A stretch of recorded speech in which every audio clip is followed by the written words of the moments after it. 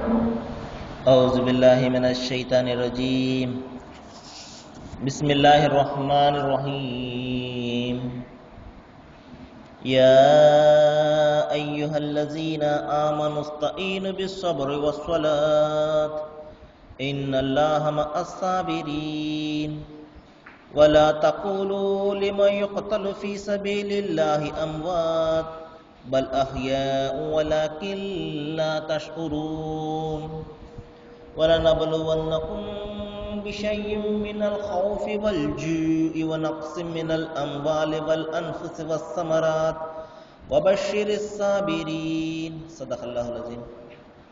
అనంత కరుణామయుడు, అపార కృపాశీలుడు, పాలకుడు, పోషకుడు, సర్వలోక ప్రభు అయిన అల్లాహ్ శుభనామంతో ప్రారంభిస్తున్నాను. సోదరులారా, సోదరిమణులారా, అయ్యలారా, అమ్మలారా, అస్సలాము అలైకుం రహమతుల్లాహి వబరకాతు. ఇంతవరకు మీ ముందు మానవులందరి మార్గదర్శక గ్రంథం విశ్వప్రభు అల్లాహ్ అవతరింపజేసినటువంటి చివరి దైవ గ్రంథమైన దివ్య ఖురాన్ నుండి 2వ అధ్యాయం 157వ వాక్యం యొక్క అరబీ మూలము పఠించడం జరిగింది. దీని అనువాదాన్ని వినండి. అల్లాహ్ మార్గంలో చంపబడిన వారిని మృతులుగా భావించకండి. వాస్తవానికి వారు సజీవులు, కానీ మీరు వారి జీవితాన్ని గ్రహించలేరు.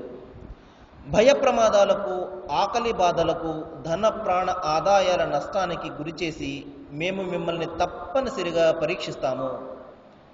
ఈ పరిస్థితిలో మనస్థైర్యంతో ఉండేవారు, మరి కష్టకాలం దాపురించినప్పుడు మేమంతా అల్లాహకే చెందిన వారము, ఆయన వైపునకే మరలి పోవలసిన వారము అని ఎవరైతే అంటారో వారికి స్వర్గం అనే శుభవార్తను అందజేయండి. వారిపై తన ప్రభు అపూర్వమైనటువంటి అనుగ్రహాలను కురిపిస్తాడు. ఆయన కారుణ్య ఛాయలు వారికి ఆశ్రయమిస్తాయి. ఇటువంటి వారే స్వర్గవాసులు. సోదరులారా, మరి మొదటి వాక్యంలో దైవం ఎవరైతే దేవుని మార్గంలో తమ ప్రాణాలను ధారబోస్తారో, ధర్మం కోసము, సత్యం కోసము, న్యాయం కోసము ఎవరైతే తమ ప్రాణాలను తృణప్రాయంగా దైవ మార్గంలో కూర్చోబెడతారో, ఎందుకంటే సోదరులారా, మనిషికి అత్యంత విలువైనటువంటిది ఏదైనా ఉంది అంటే అది అతని ప్రాణమే. మరి అతని ప్రాణాన్ని దైవ మార్గంలో ధారబోస్తే అంటే దైవం ఒక్కడే అన్న సిద్ధాంతాన్ని అతను స్థాపించడంలో తన ప్రాణాన్ని ధారబోస్తే, మరి మంచిని పెంపొందించడంలో, మంచిని బోధించడంలో, మరి సత్య వ్యతిరేకులతో జరిగే పోరాటంలో అతను తన ప్రాణాలను కోల్పోతే, ధర్మాన్ని స్థాపించడంలో, న్యాయాన్ని ఆజ్ఞాపించడంలో అతను తన ప్రాణాలను కోల్పోతే, దైవం ఇక్కడ చెప్తున్నాడు, అటువంటి వారు భౌతికంగా మరణించినప్పటికీ కూడా దైవము వారికి వెంటనే స్వర్గాన్ని ప్రసాదిస్తాడు. మిగతా మానవులందరికీ కూడా చనిపోయిన తర్వాత లెక్కల గడియ ఒకటి ఉంటుంది, లెక్కల పత్రం ఒకటి ఉంటుంది. మరి ఎవరి కర్మలైతే ఎక్కువగా ఉంటాయో, మంచి కర్మలు ఎక్కువగా ఉంటాయో వారు స్వర్గానికి, మరి ఎవరి చెడు కర్మలు ఎక్కువగా ఉంటాయో వారు నరకానికి వెళ్ళడం జరుగుతుంది. తీర్పు దినం అనేది ఒకటి ఉంటుంది మిగతా మానవులకు. కానీ ఎవరైతే తమ ప్రాణాలను ధర్మం కోసము, సత్యం కోసము, దైవం ఒక్కడే అన్న సిద్ధాంతం కోసము ఎవరైతే ధారబోస్తారో అటువంటి వారిని దైవము నేరుగా స్వర్గాన్ని ప్రసాదిస్తాడు. ఇది మరి ఎవరైతే అమరవీరులు ఉంటారో, దైవం కోసం ప్రాణాలు అర్పిస్తారో వారికి లభించే ప్రతిఫలం ఏమిటంటే నేరుగా స్వర్గము. అందుకనే దైవం ఇక్కడ చెప్తున్నాడు, మీరు వారి జీవితాన్ని గ్రహించలేరు, ఎందుకంటే వారు స్వర్గంలో మరి ఆనందాన్ని పొందుతున్నారు. ఎందుకంటే వారు అమూల్యమైనటువంటి తమ ప్రాణాలను దేవుని కోసం ఖర్చు పెట్టారు కాబట్టి. ఆ తర్వాత సోదరులారా, ఇంకొక ప్రధానమైనటువంటి మాటను దైవం ఇక్కడ సెలవిస్తున్నాడు. అదేమిటంటే మనిషి యొక్క జీవితం యొక్క వాస్తవికతను గురించి ఇక్కడ తెలియజేస్తున్నాడు. అదేమిటంటే భయ ప్రమాదాలకు, ఆకలి బాధలకు నేను గురి చేసి మీ ధనంలో, ప్రాణంలో, ఆదాయంలో నష్టాలను కలిగజేసి మిమ్మల్ని నేను తప్పనిసరిగా పరీక్షిస్తాను అని దైవము ఇక్కడ ఒక మాటను చెప్పడం జరిగింది. సోదరులారా, ప్రవక్త ముహమ్మద్ సల్లల్లాహు అలైహి వసల్లం వారు ఒక ప్రవచనం తెలియజేశారు. మరి ఎవరైతే దేవుని పరీక్షలను తట్టుకొని ఎవరైతే దేవుని యొక్క పరీక్షలు వచ్చినప్పుడు దాన్ని తప్పించుకుంటాడో, అంటే దేవుని పరీక్షలు రాకుండా, అంటే దేవుని యొక్క పరీక్షలు అంటే మన మీద ఆపదలు, కష్టాలు కానివ్వండి, నష్టాలు కానివ్వండి, ఇవన్నీ కూడా వీటి నుండి ఎవరైతే తప్పించుకుంటాడో వాడు మహా అదృష్టవంతుడు అన్నారు. మరి అంతేకాదు, ఎవరైతే దేవుని పరీక్షలను తట్టుకొని మరి సహనంతో, స్థైర్యంతో ఉంటాడో వాడు మరింత అదృష్టవంతుడు అన్నారు. కాబట్టి మనం చూస్తుంటాము, చాలామందికి దైవము అంత ఎక్కువగా పరీక్షలు పెట్టడు. ఎందుకంటే మన స్థాయిని బట్టి, మన యొక్క బలాన్ని బట్టి దైవము మన మీద భారాన్ని వేస్తాడు. ఏ వ్యక్తి మీద కూడా దైవము అతను మోయలేనటువంటి భారాన్ని ఎంత మాత్రం కూడా వేయడు సోదరులారా. మన శక్తి ఎంతవరకు అయితే ఉంటుందో అంతవరకే దైవము మన మీద పరీక్షలను పెడతాడు. మరి ఎవరైతే ఈ పరీక్షలు లేకుండా ఉంటారో వారు నిజంగా అదృష్టవంతులే. కానీ ఎవరైతే ఈ పరీక్షలను తట్టుకొని మరి దేవుని మీద నమ్మకంతో వారు సహనాన్ని, స్థైర్యాన్ని ప్రదర్శిస్తారో వారు ఇంకా అదృష్టవంతులు అని ప్రవక్త వారు చెప్పడం జరిగింది. కాబట్టి ఈ ప్రపంచాన్ని మనం ఒకసారి పరిశీలించినట్లయితే ఇదంతా కూడా ఒక పరీక్షా ప్రపంచము. మనం అందరం కూడా పరీక్షలను ఎదుర్కొంటున్నాము.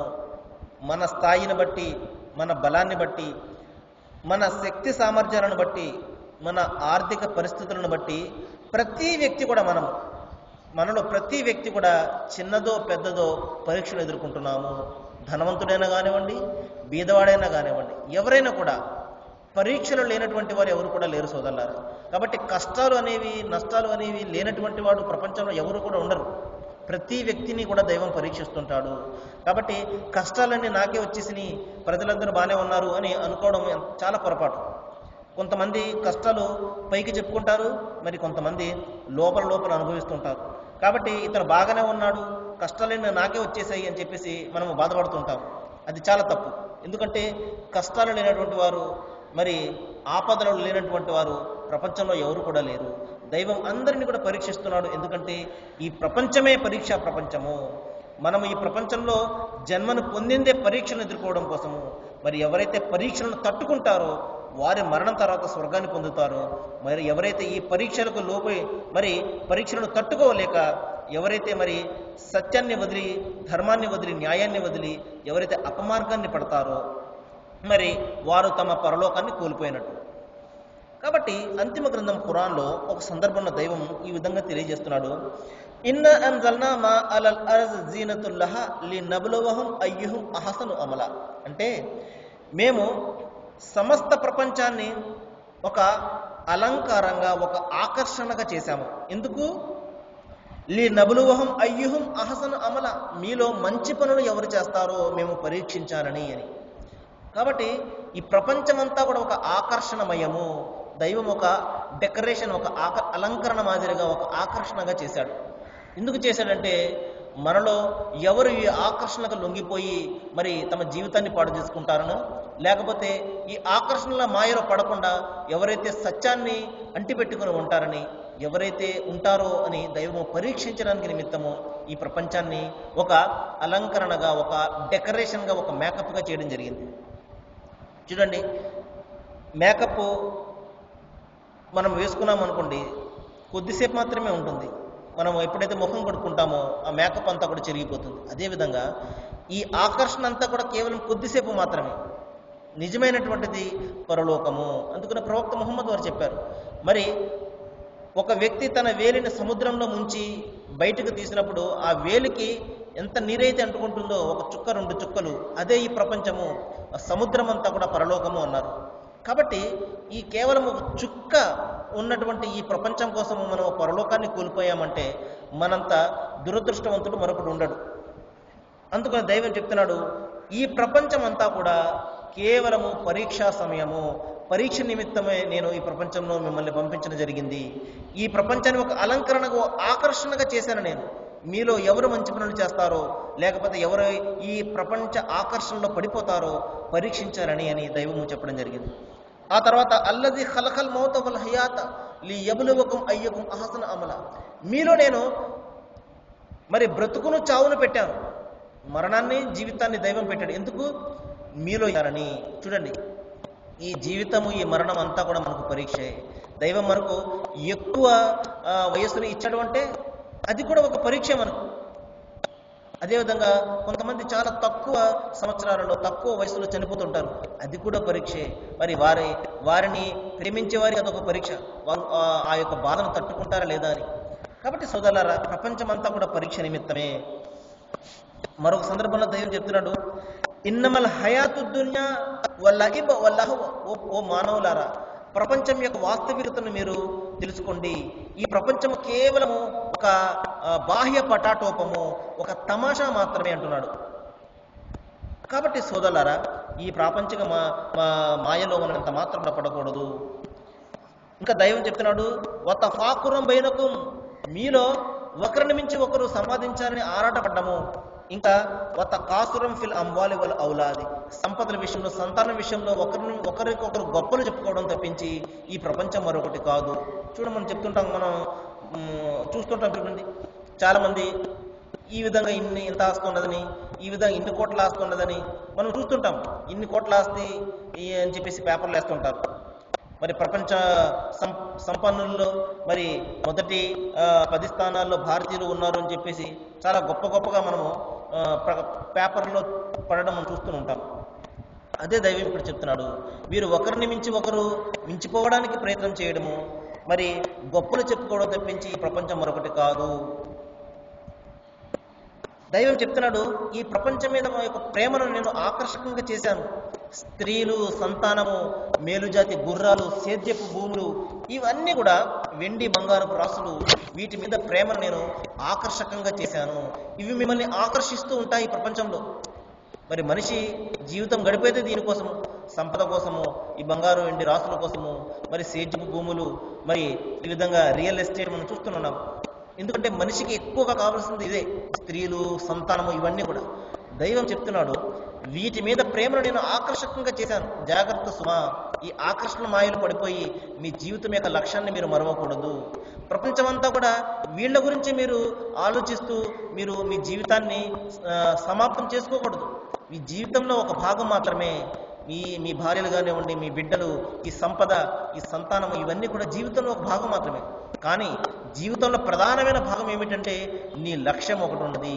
అదేమిటంటే మరి మరణం తర్వాత సాఫల్యాన్ని పొందడం అనేది, మరణం తర్వాత శాశ్వతమైనటువంటి మోక్షాన్ని, సాఫల్యాన్ని, స్వర్గాన్ని పొందడం అనేది జీవితం యొక్క లక్ష్యం.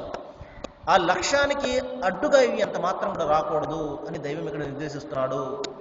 ఆ లక్ష్యాన్ని పొందాలంటే మన యొక్క మార్గం ఏమిటో ముందు మనం తెలుసుకోవాలి. ఏ మార్గంలో మనం ఆ లక్ష్యాన్ని చేరుకోగలమో ముందు మనం ఆలోచించాలి. మార్గం ఒకటే, అదే ఏకేశ్వర ఉపాసన, ఒకే దైవాన్ని ఆరాధించడము, ఒకే సృష్టికర్తను ఉపాసించడము, పూజించడము, ఆరాధించడము, కేవలము ఇది ఒక్కటి మాత్రమే మార్గము. కాబట్టి దైవం చెప్తున్నాడు, వీటి మీద ప్రేమ మిమ్మల్ని ఎంత మాత్రం కూడా మీ లక్ష్యం నుండి మరల్చరాదు. ఒకవేళ ఆ విధంగా జరిగినట్లయితే మీరు మీ పరలోకాన్ని కోల్పోతారు. జాగ్రత్త సుమా, ప్రపంచాన్ని అనుభవించండి, అయితే దైవం విధించినటువంటి హద్దులను మీరు ఈ ప్రపంచాన్ని అనుభవించండి. కాబట్టి దైవము మరి ప్రపంచాన్ని విడిచిపెట్టి మీరు అడవుల్లోకి, తుప్పల్లోకి పోయి మీరు తపస్సు చేసుకుంటూ కూర్చోండి అని ఎంత మాత్రం చెప్పడం లేదు సోదరులారా. ప్రపంచం అనుభవించడానికే. భార్య బిడ్డలు అందరూ కూడా మరి జీవితానికి శోభను చేకూరుస్తాయి, ఆనందాన్ని ఇస్తాయి. కానీ ఇదే ప్రపంచం కాదు. ఇదే దైవం చెప్తున్నాడు, మీరు జీవితాన్ని అనుభవించండి, అయితే దైవం కొన్ని హద్దులను, కొన్ని పరిమితులను పెట్టాడు. ఆ పరిమితుల్లోనే మీరు మీ జీవితాన్ని గడపండి. తద్వారా అది కూడా ఒక ఆరాధన. ఎందుకంటే దైవం విధించినటువంటి హద్దుల్లో ఎప్పుడైతే మనిషి తన జీవితాన్ని గడుపుతాడో దైవం యొక్క ఆజ్ఞ మేరకు జీవితం గడుపుతున్నట్టే. మరి దైవం ఆజ్ఞ మేరకు జీవితం గడపడమే ఆరాధన. కాబట్టి ఆయన విధించినటువంటి హద్దులను మనము ఎప్పుడు కూడా జ్ఞాపకం పెట్టుకునే హద్దుల్లో జీవితం గడపాలి. ఉదాహరణకు మన వ్యక్తిగత జీవితమే తీసుకుందాం. వ్యక్తిగత జీవితాన్ని దైవం చెప్తున్నాడు, మరి దైవం ఒక్కడిని మాత్రమే ఆరాధించు అని చెప్పేసి దైవం ఆజ్ఞాపించాడు. ఈ హద్దును మనం ఎంత మాత్రం దాటివేయకూడదు. దైవానికి సమానులుగా మన ఇష్టం వచ్చిన వారిని నిలబెట్టకూడదు. రకరకాల ఆకారాలను ఆయనకు కల్పించి, స్వరూపాలను ఆయనకు కల్పించి మనము ఆయనను అవమానపరచకూడదు. ఇది దైవం యొక్క ఆరాధన హద్దు. ఈ హద్దును మనము దాటకూడదు. మరి అంతేకాకుండా మరి మన జీవితం మీద మనకు హక్కు ఉన్నది. ఈ జీవితాన్ని, ఈ మనసును, ఈ శరీరాన్ని మనము వ్యర్థమైనటువంటి అలవాట్లలో నాశనం చేసుకోకూడదు. అది కూడా దేవుని యొక్క హద్దును అతిక్రమించడమే. ఇంకా ఆరాధన విషయంలో కానివ్వండి, తల్లిదండ్రుల విషయంలో, భార్య బిడ్డల విషయంలో, మన సమాజం విషయంలో హద్దులను పెట్టాడు. ఈ హద్దులను దాటి మనం జీవితం గడపకూడదు. ఆయన ఆజ్ఞ మేరకు జీవితం గడపడమే ఆయన హద్దుల్లో ఉండడం అన్నమాట. కాబట్టి జీవితాన్ని అనుభవించాలి, అయితే దైవం విధించినటువంటి హద్దుల్లో అనుభవించాలి. మరొక సందర్భంలో అంతిమ గ్రంథం ఖురాన్లో అల్లాహ్ ఈ విధంగా సెలవిస్తున్నాడు, మరి కలిమి లేమి రెండు కూడా మీకు పరీక్ష అంటున్నాడు. ఎందుకంటే ఇదేంటండి, డబ్బు ఇస్తే అది పరీక్ష అవుతుందని అని చెప్పేసి. కాబట్టి ధనవంతులకు కూడా దైవము డబ్బునిచ్చి పరీక్షిస్తాడు. ఏ విధంగా అంటే, మరి అతను తన ధనాన్ని దైవం యొక్క, ఇప్పుడే నేను హద్దు చెప్పాను, కొన్ని హద్దు పెట్టాడు. ఏది? నీ సంపాదన నుండి మరి సంవత్సరంలో 2.5% నీవు పేదలకు దానం ఇవ్వాలి అని. దీన్ని జకాత్ దానం అంటారు. ఇది నువ్వు చెల్లిస్తున్నావా లేదా అనేది పరీక్ష. మరి అంతేకాకుండా ఎప్పుడైతే మనిషి డబ్బును సంపాదిస్తుంటాడో ఆ డబ్బును మరింత ఎక్కువగా సంపాదించడం కోసము అడ్డదారులు తొక్కుతుంటాడు. ఈ విధంగా అతను నీతి నిజాయితీతోటి అతను డబ్బును సంపాదిస్తాడా, లేక మరి అపమార్గంలో, మరి చెడు మార్గంలో అతను డబ్బును సంపాదిస్తాడా అనేది పరీక్ష.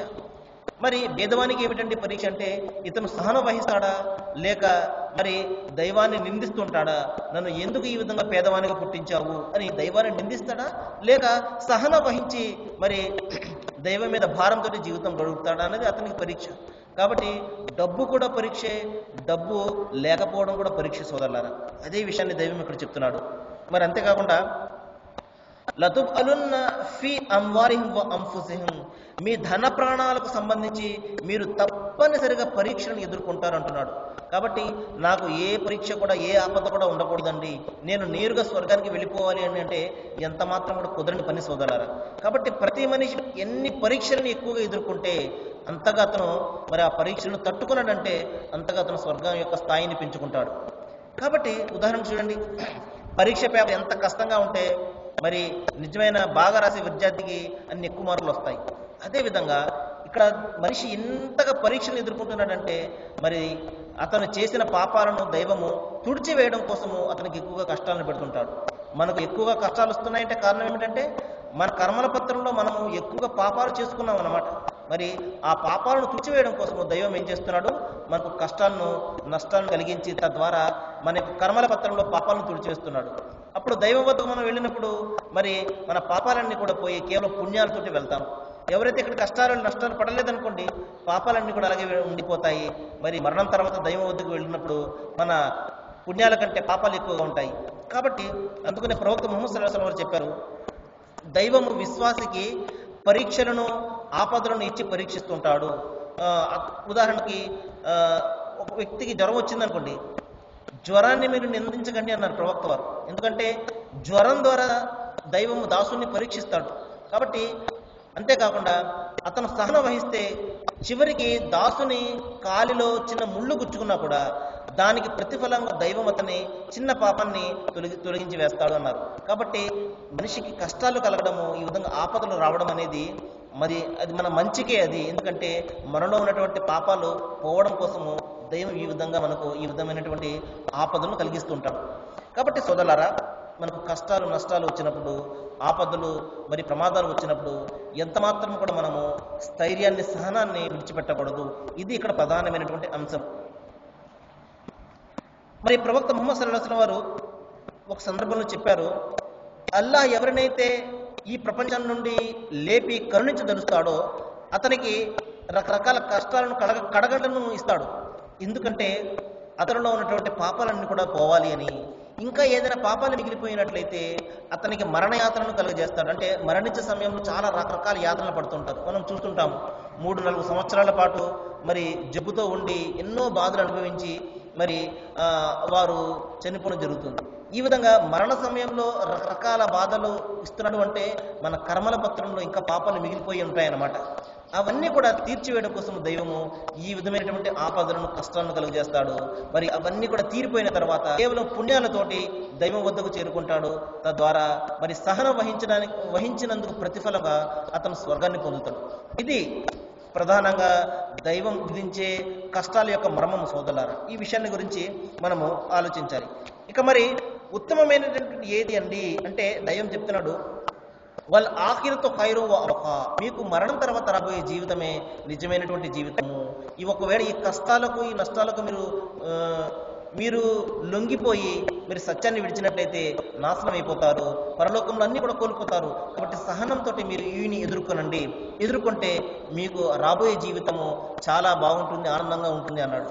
ఇంకా భయభక్తులు ఎవరైతే కలిగి ఉంటారో వారికి అల్లా వద్ద కింద కాలువలు ప్రవహించే స్వర్గవనాలు సిద్ధంగా ఉన్నాయని. కాబట్టి భయభక్తి ఎవరి మనసులో అయితే ఉంటుందో, ఎవరి మనసులో అయితే దైవం పట్ల ప్రీతి భక్తి ఉంటుందో అతను సహనం వహించడానికి ప్రయత్నం చేస్తాడు. కాబట్టి సహనం వహించడానికి ప్రధానంగా కావలసింది ఏమిటంటే దేవుని ప్రీతి మరియు పరలోకం యొక్క సాఫల్యం యొక్క కోరిక. కాబట్టి మరణం తర్వాత నాకు సాఫల్యం రావాలి, నేను స్వర్గాన్ని పొందాలి అన్న కోరిక ఎవరిలైతే ఉంటుందో అతను మరి ఈ తాత్కాలికమైనటువంటి ఈ ప్రపంచాన్ని పట్టించుకోడు. ఒకవేళ కష్టాలు వచ్చినప్పటికీ కూడా సహనం వహిస్తాడు. ఇదే విషయాన్ని దైవం ఇక్కడ తెలియజేస్తున్నాడు. కాబట్టి సోదరులారా, మరి రేపు మరొక అంశాన్ని గురించి మనం మాట్లాడుకుందాము. మరి ఈ రోజు వచ్చినటువంటి అంశం యొక్క ప్రధాన విషయం ఏంటంటే మనిషి సహనం వహించాలి. మరి ఎవరైతే దైవ మార్గంలో తన ప్రాణాలను ధారపోస్తారో వారు ఎంత మాత్రం కొంత మృతులు కారు. దైవం వారికి నేరుగా విజయ స్వర్గాన్ని ప్రసాదిస్తాడు. మరి సహన వహించినప్పుడు, మరి కష్టాలు వచ్చినప్పుడు ఎవరైతే సహన వహిస్తారో వారికి దైవం తోడుగా ఉంటాడు. మరి మరణం తర్వాత రాబోయే జీవితంలో దైవం వారికి సాఫల్యాన్ని కూడా ప్రసాదిస్తాడు. మరి కష్టాలు వచ్చినప్పుడు ఎంత మాత్రం కూడా మనము దానికి లొంగిపోయి సత్యం నుండి, ధర్మం నుండి ఎంత మాత్రం కూడా మనము మరలకూడదు. సత్యాన్ని మనం ఎప్పుడు అంటిపెట్టుకుని ఉండాలి, ధర్మాన్ని మనము ఎప్పుడు అంటిపెట్టుకుని ఉండాలి. మనం ఎప్పుడైతే ధర్మాన్ని రక్షిస్తామో ధర్మం మనను రక్షిస్తుంది. దైవాన్ని నేను ప్రార్థిస్తున్నాను సోదరులారా. ఈ విషయాలు అయితే నేను ఇక్కడ మనము మాట్లాడుకుంటున్నామో అంతిమ గ్రంథం ఖురాన్ నుండి మరి దైవము ఈ విషయాలను మనము బాగా ఆలోచించేలాగా, మనము ఆచరణ చేసేలాగా దైవం మన మనసును విప్పాలని, దైవం మనందరికీ కూడా మంచి చేయాలని, సన్మార్గాన్ని ప్రసాదించాలని నేను ప్రార్థిస్తూ ముగిస్తున్నాను. వాకిరు దావాను అల్హమ్దులిల్లాహి రబ్బిల్ ఆలమీన్. అస్సలాము అలైకుం.